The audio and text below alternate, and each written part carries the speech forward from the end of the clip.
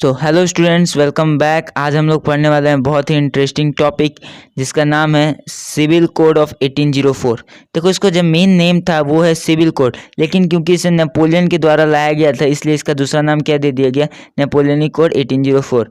ठीक है, तो चलो देखते हैं कि नेपोलियनिक कोड 1804 क्या है। तो सबसे पहले बात करते हैं कि सिविल कोड क्या है। तो सिविल कोड जो है वो चेंजेस है जो कि इंट्रोड्यूस किया गया था नेपोलियन के द्वारा उस जगह पे जहाँ पर इसने कब्जा किया था। तो चलो थोड़ा सा देख लेते हैं कि नेपोलियन कौन था जो ये कोड लाया था। तो दरअसल नेपोलियन बोनापार्ट एक फ्रेंच मिलिट्री और पॉलिटिकल लीडर था जो कि सत्ता में कब आया था, फ्रेंच रिवॉल्यूशन के दौरान जो है वो सत्ता में आया था। Okay, during the French revolution ये सत्ता में आया था। ठीक है, इसने कुछ सेवरल सक्सेसफुल कैंपेन किया था रिवॉल्यूशनरी वॉर के दौरान। ये इंपॉर्टेंट टॉपिक नहीं है लेकिन फिर भी हम लोग समझ लेते हैं। इसका जो कार्यकाल स्टार्ट हुआ था वो 1799 में स्टार्ट था और 1804 तक चला था। ठीक है, अब यहाँ से स्टार्ट देखो। नेपोलियन क्या था, मोनार्ची था और इसने क्या किया, डेमोक्रेसी में कोई डाउट नहीं था कि नेपोलियन जब आया तो इसने डेमोक्रेसी को ख़त्म कर दिया था, लेकिन जो है इसने एडमिनिस्ट्रेटिव सिस्टम को रैशनल और इफिशिएंट बना दिया था। अब चलिए देखते हैं कि ये जो नेपोलियन जो डेमोक्रेसी को ख़त्म कर दिया था लेकिन जो है इसने एडमिनिस्ट्रेटिव सिस्टम को जो है रैशनल और इफिशिएंट बना दिया। चलिए जानते हैं कैसे।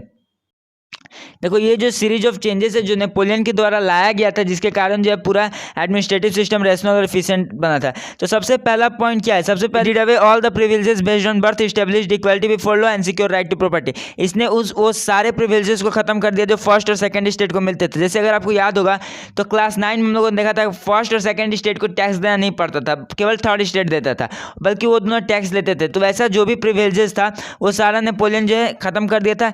इक्वालिटी बिफोर लॉ लाया और सिक्योर किया क्या, राइट टू प्रॉपर्टी, मतलब अब लोग जो है प्रॉपर्टी को रख सकते थे। ठीक है, Dutch Republic, Switzerland, Italy, Germany जहाँ कब्जा किया तो वहाँ पे इसने क्या किया, एडमिनिस्ट्रेटिव सिस्टम सिंप्लीफाई किया, एडमिनिस्ट्रेटिव डिवीजन सिंप्लीफाई किया और एब्लॉइज्ड किया फ्यूडल सिस्टम। अब देखो फ्यूडल सिस्टम क्या होता है। देखो फ्यूडल सिस्टम उसको कहते हैं जैसे लैंड ओनर है वो सबसे अपने करीबी को जिस पे उनको भरोसा है वो उसको ज़मीन देते हैं खेती करने के लिए। ठीक है, और वो खेती करवाते हैं और उसे कुछ शेयर उसको दे देते हैं और वो कुछ शेयर ले लेते हैं। उसके बाद पीजेंट को जो है फ्रीड कर दिया था सर्फडॉम और मैनुअल ड्यू से। अब बात करते हैं सर्फडॉम क्या है। देखो सर्फडॉम क्या होता है, इसका मतलब कि जो किसान है वो एक टाइप से गुलाम होते हैं, बंधुआ मजदूर होते हैं, बिना वो लैंड होल्डर्स के परमिशन से वो कोई फसल भी नहीं उगा सकते थे। ठीक है, वो सर्फडॉम था। और मैनुअल जो भी उनका बाकायदा जो भी कर्ज था उन सबको ये जो हटा दिया था। तो टाउन्स में इसने क्या किया था, गिल्ड रेस्ट्रिक्शन को रिमूव कर दिया था। ठीक है, क्या किया था, गिल्ड रेस्ट्रिक्शन को जो है इसने पूरी तरह से खत्म कर दिया था, ट्रांसपोर्ट और कम्युनिकेशन सिस्टम को बढ़ा दिया था। अब बात करते हैं गिल्ड रेस्ट्रिक्शन सिस्टम क्या होता है। देखो गिल्ड रेस्ट्रिक्शन सिस्टम का मतलब होता है अगर आप एक जगह से दूसरे जगह जाते हैं तो उसमें आपको टैक्स देना पड़ता है, वही होता है गिल्ड रेस्ट्रिक्शन सिस्टम। मतलब जैसे अगर आप इंडिया में हो तो इंडिया में आपको किसी भी जगह जाने पर टैक्स नहीं लगता, लेकिन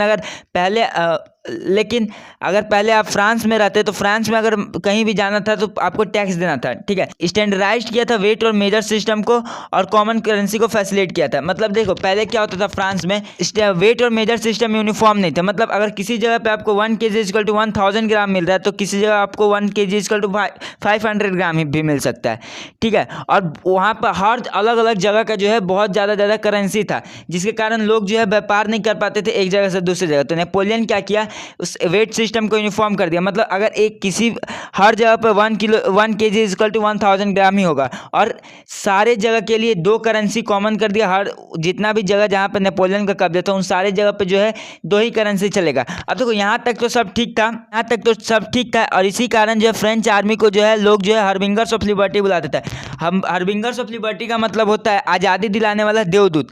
ठीक है, उसे ये बुलाते थे, लेकिन अचानक जो है ये दुश्मनी में बदल गया कुछ समय बाद। अब ये दुश्मनी में क्यों बदला अब हम इसको जानते हैं। हार्बिंगर्स ऑफ लिबर्टी क्यों कहते थे ये तो हम लोगों ने पढ़ लिया प्रीवियस में हम लोगों ने जाके पढ़ लिया कि हार्बिंगर्स ऑफ लिबर्टी ये चेंजेस के कारण जो है इसको हार्बिंगर्स ऑफ लिबर्टी कहा जाता था। अब पढ़ेंगे कि इसको ये हॉस्टिलिटी में कैसे चेंज हो गया। तो चलिए जानते हैं। रीजन था हॉस्टिलिटी में चेंज होने का वो था administrative arrangement did not go in hand with political freedom. इसका मतलब क्या हुआ, देखो इसका मतलब हुआ जैसे मान लो कि जो नेपोलियन था वो क्या था, फ्रांस का आदमी था और वो कब्जा यहाँ पे किया था स्विट्जरलैंड, जर्मनी, इटली। अब उस जगह पे जो भी एडमिनिस्ट्रेटिव जगह होगा वहाँ पे झंडा किसका लगेगा, फ्रांस का लगेगा। तो अब जो भी जर्मनी या फिर इटली के आदमी वो कभी चाहेंगे कि जो है उनका झंडा यहाँ लगे, नहीं चाहेंगे। ठीक है, नहीं चाहेंगे। तो ये सबसे पहला रीज़न क्या हो गया, यही बन गया। ठीक है, दूसरा रीज़न क्या था, इंक्रीज टैक्सेशन, टैक्स बढ़ाने लगा। मोनार्ची क्या करता है, एक जगह पे अटैक करेगा, फिर जीतेगा, फिर दूसरे जगह पे अटैक करेगा, मतलब वॉर करते रहता है। तो उसके लिए आर्मी को स्ट्रांग करने के लिए क्या चाहिए, टैक्स, पैसा चाहिए। तो पैसा किससे लेगा, टैक्स से लेगा। तो टैक्स इसने जो है बढ़ाना स्टार्ट कर दिया था। तीसरा जो रीज़न था वो था सेंसरशिप लागू। ये क्या किया था, सारे जगह पे जहाँ पर भी इसने कब्जा किया तो सारे जगह पे सेंसरशिप लागू कर दिया था। सेंसरशिप का मतलब होता है वो मीडिया पर पूरी तरह से सरकार का कंट्रोल रहेगा, मतलब हर वो जगह जहाँ से आप जान सकते हो कि सरकार क्या कर रही है या फिर सरकार क्या करने वाली है, तो वो सारे जगह पे ये इसका कंट्रोल था। ठीक है, मतलब कोई भी मीडिया, कोई भी रेडियो, कोई भी टेलीविज़न ये नहीं बताएगा कि सरकार जो है क्या कर रही है, सब वो उसका गुणगान करेंगे।